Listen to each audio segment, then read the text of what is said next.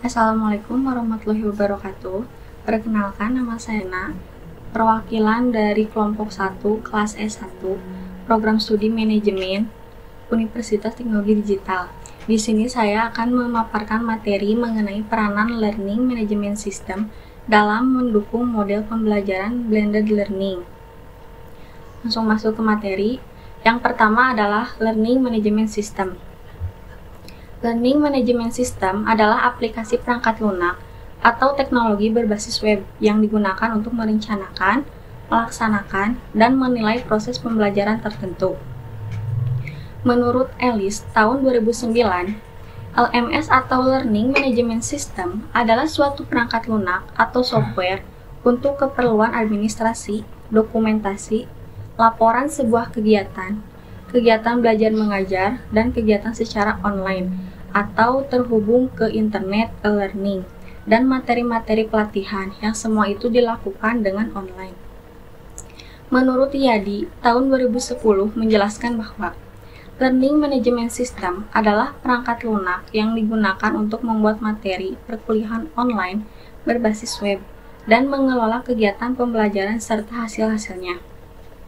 Learning Management System adalah praktik e-learning yang dalam bentuk paling umum terdiri dari dua elemen, yaitu server yang menjalankan fungsionalitas dasar dan antarmuka pengguna yang dioperasikan oleh instruktur, siswa, dan administrator. Fungsi Learning Management System. Fungsi Learning Management System adalah sistem manajemen pembelajaran yang menyediakan cara bagi instruktur untuk membuat dan menyampaikan konten, memantau partisipasi siswa, dan menilai kinerja siswa. Learning Management System juga berfungsi untuk memberi siswa kemampuan untuk menggunakan fitur interaktif seperti diskusi berulir, konferensi video, dan forum diskusi. Learning Management System dapat membantu meningkatkan metode pendidikan tradisional, menghemat waktu dan biaya, terutama di saat pandemi seperti sekarang, yang mungkin menghambat kesempatan belajar tatap muka.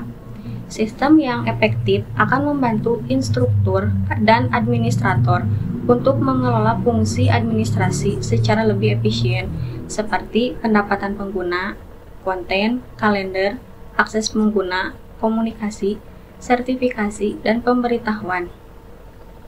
Learning Management System digunakan oleh bisnis, institusi, juga lembaga seperti lembaga pemerintah nasional, pemerintah daerah, lembaga pendidikan tradisional, dan lembaga berbasis online atau e-learning.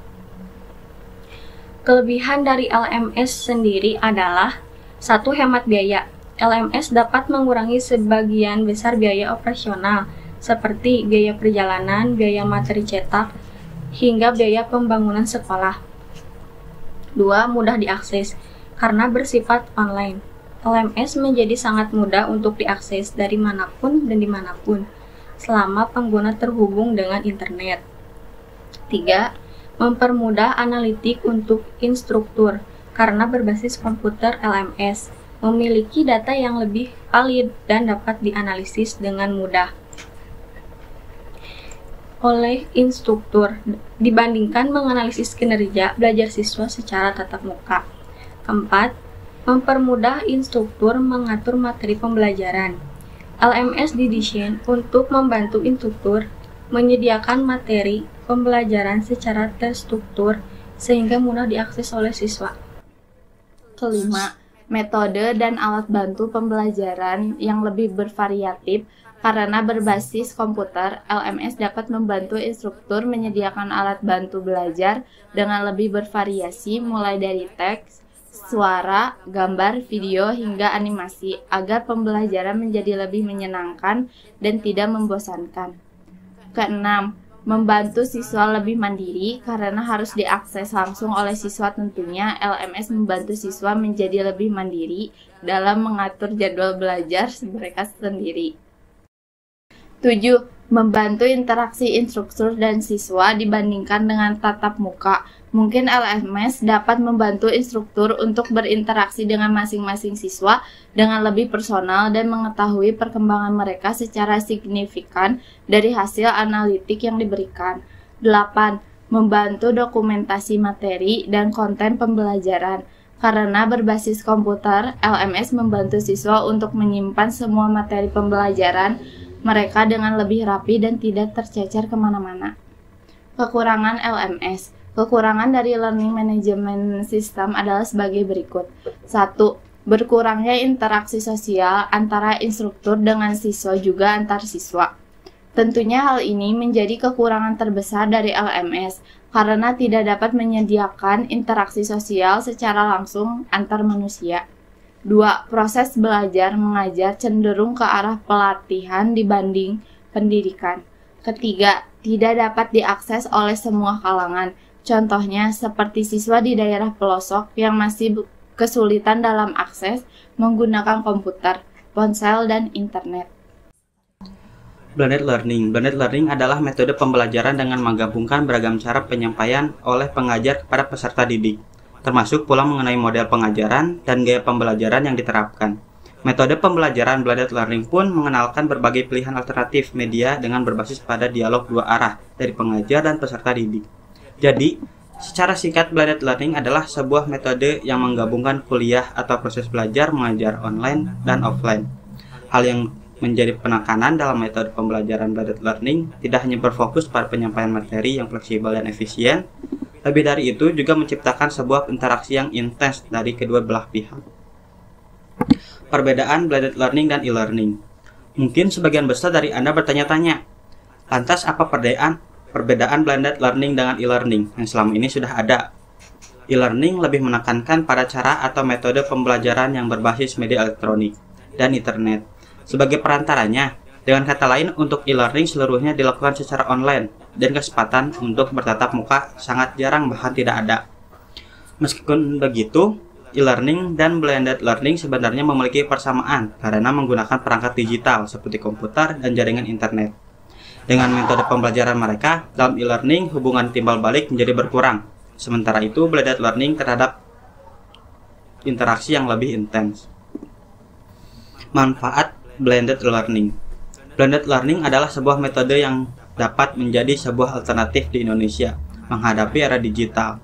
Mengingat kini hampir di berbagai negara telah menggunakannya untuk meningkatkan mutu pendidikan dan membuat peserta pelatihan dan pengajar lebih mudah dalam proses pemberian materi pelatihan.